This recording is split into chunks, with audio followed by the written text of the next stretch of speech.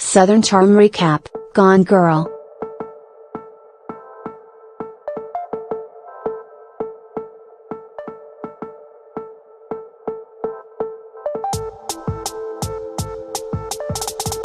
When we last left our friends on Bravo TV's Southern Charm, Austin Kroll had a successful beer debut. Thomas Ravenel opted out of buying Plan B, aka Ashley Jacobs' promise ring, and Catherine Dennis tells Craig Conover she's doing well, but this is a Bravo show, so something needs to go wrong, right?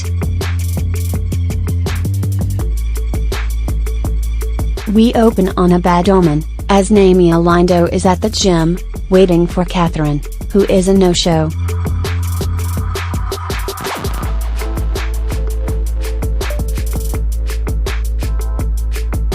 Thomas is in his bathroom submerging his face in a sink full of water and either A, trying to close his pores with a cold water bath, or B, creating an improvised neti pot?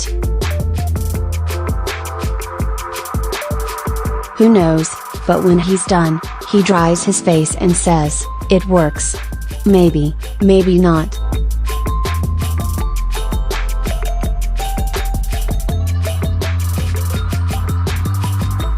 Naomi checks around and nobody has heard from Catherine, and she is worried.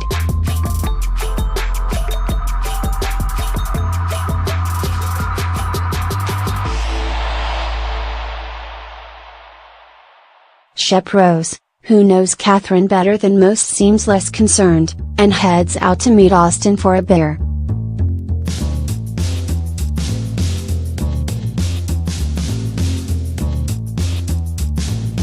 Austin says his party was overall a huge success, and his parents are going to invest to get the business off the ground.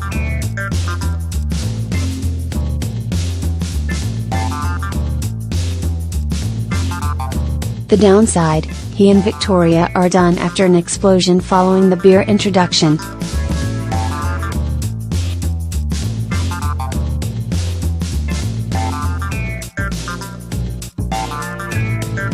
Austin said he was incredibly dumb and told Victoria he hugged Chelsea Meissner and picked her up.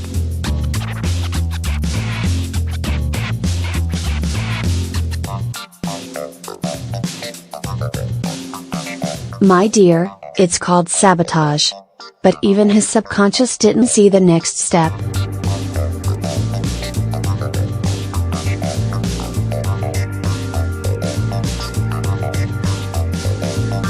"She tossed a drink at me," Austin says, still sounding shocked that it happened.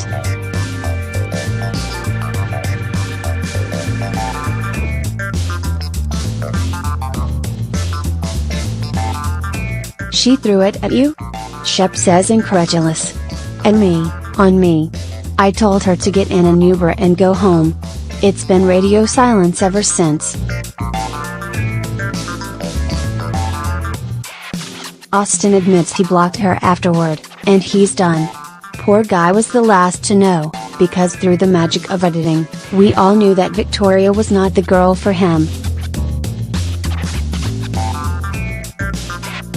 Cue the ominous music, as we are next at Casa Alchil, where Plan B has arrived for more advice from the sage.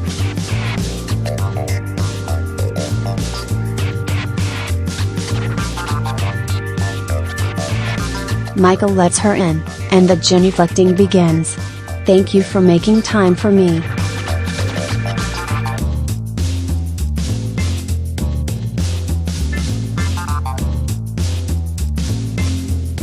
Plan B speaks as if Patricia Alchil were an in-demand shrink who made an opening in her schedule for a crisis.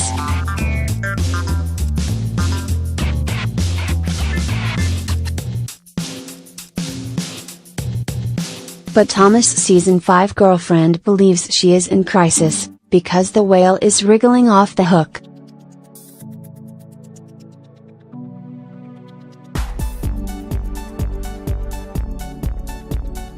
Patricia has the prescription, a hot toddy.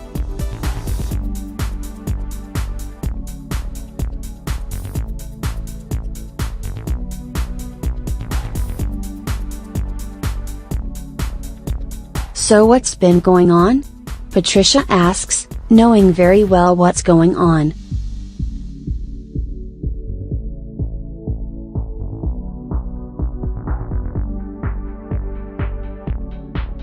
I do like a woman who plays with her food before eating it.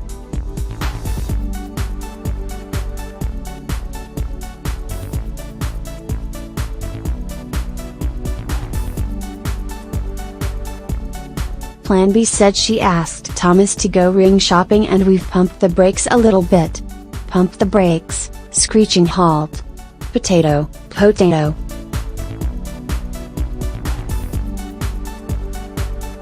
She's complaining that she's been banned from seeing the Ravenel children after her Hilton Head hysteria, and that Thomas is partying and leaving her alone.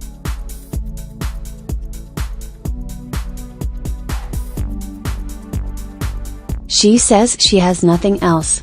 Then the oracle speaks, men don't change.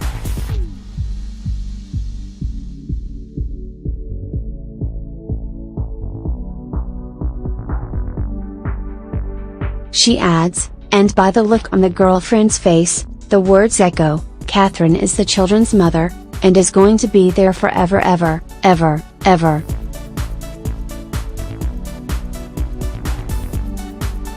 Naomi drops in to see Chelsea, brings beet juice, and tells her she's concerned about Catherine.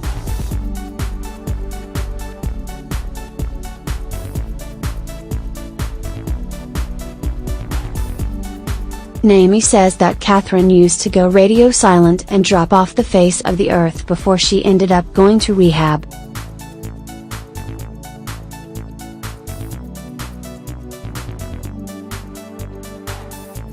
It's obvious Naomi is thinking the worst, but anyone who actually knows Catherine wouldn't be concerned about drugs or drinking, but about the tsunami of stress she's been dealing with, which includes 2 deaths. And the Fed Up episode of This Is Your Life at Hilton Head, hosted by the chronically parched Plan B.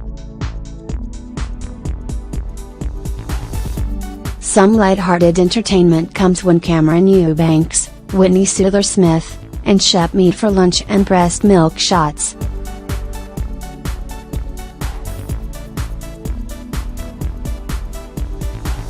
Spoiler alert, Shep kind of likes it.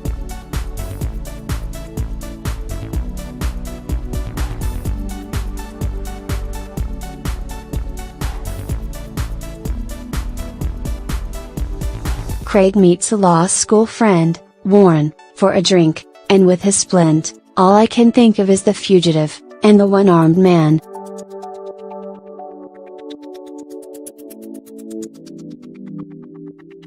Warren has gotten married, established a law practice, and had a child. Craig says he's designed a clip art pillow for Patricia.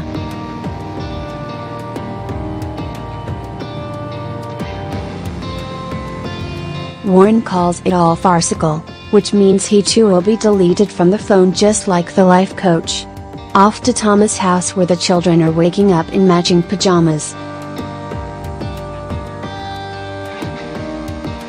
They are either really compliant, or this is seriously staged, because other than for holiday cards, I have never managed this feat.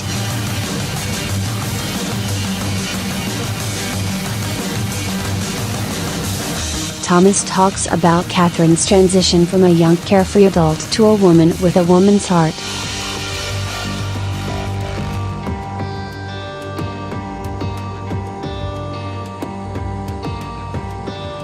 What does that mean? And how would you know, considering that 30 is your cutoff age?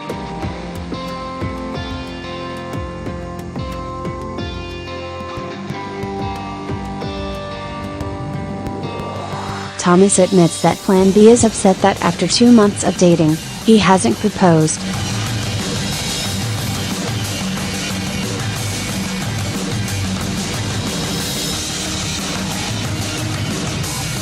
Did he miss the proposal on the timeline in your contract or something?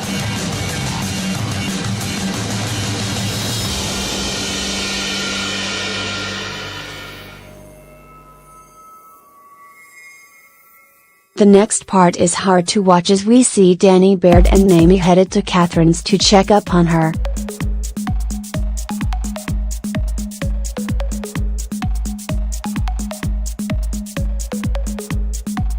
It's been days, and she has not returned calls or texts.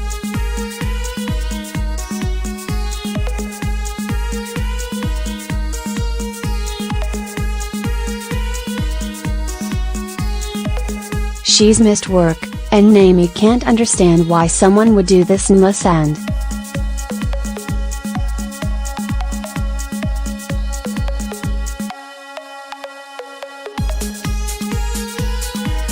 Did I mention I love Danny?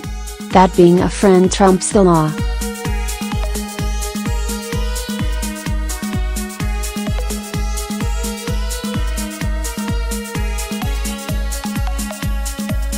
Catherine's car is at her apartment, and Naomi and Danny have the property manager do a wellness check.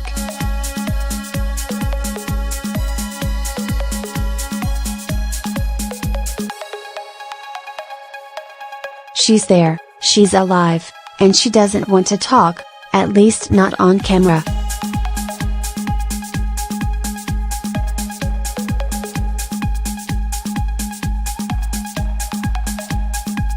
While the spotlight of worry is firmly on Catherine, does nobody realize that Craig is having a mental health crisis and screaming for help?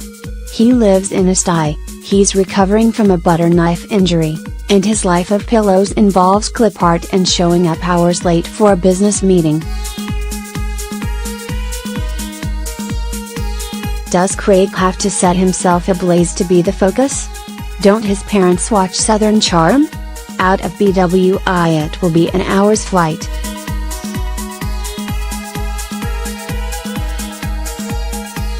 I say this with love, Craig, please get some help.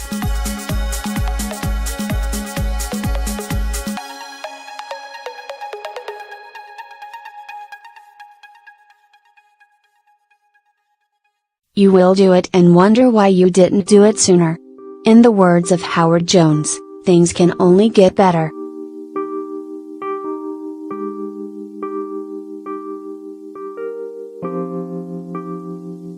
Danny, Chelsea, and Naomi get a call from Shep that Catherine picked up the kids on time.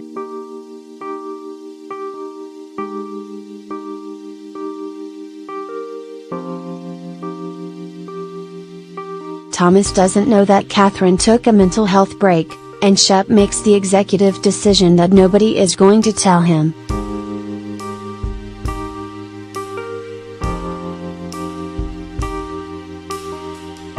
We transition to dinner at Papa where Thomas and Plan B are meeting, and Thomas pulls out a gift box after a build-up which makes her think she's getting her ring.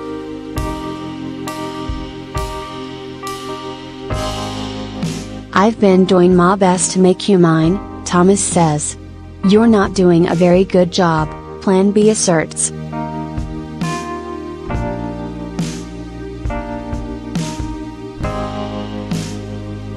Plan B agrees to have wine with her cough drop, and then calls the wine interesting.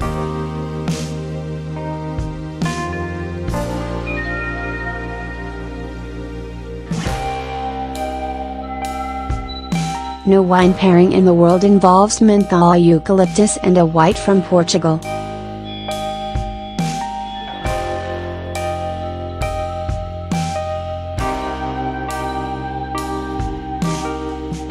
She opens the box to find a bracelet and not a ring of any kind. Disappointment sets in, and it's written all over her face.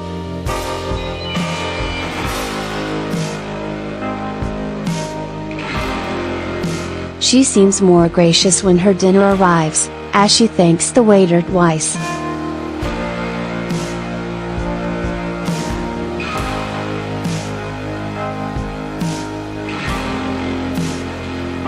The follow-up conversation launches more bobblehead movements, as Thomas tells her to get a job.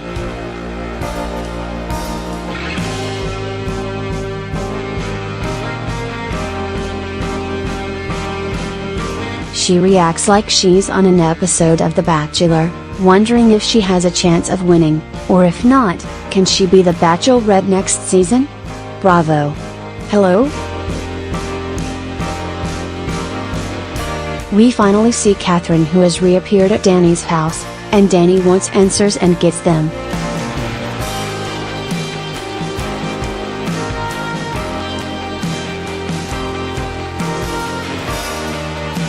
Catherine says she got overwhelmed and took a mental health break.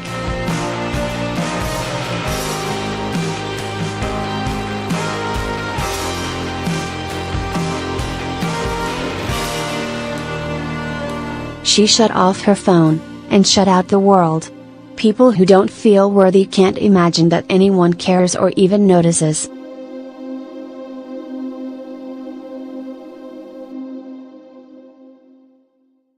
She was shocked that Danny was scared and is now angry that Catherine didn't realize that those who love her might be scared.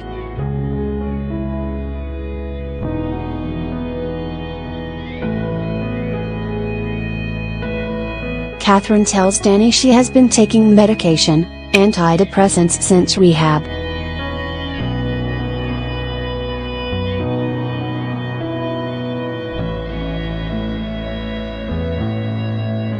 She made the classic mistake of believing that she was feeling good, so she could stop, not realizing that part of why she was feeling better was the medication and the therapy.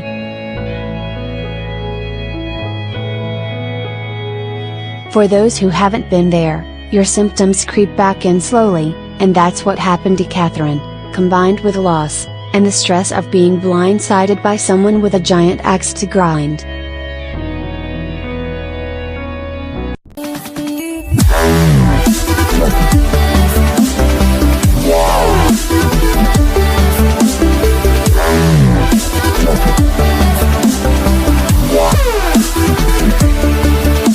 Yeah.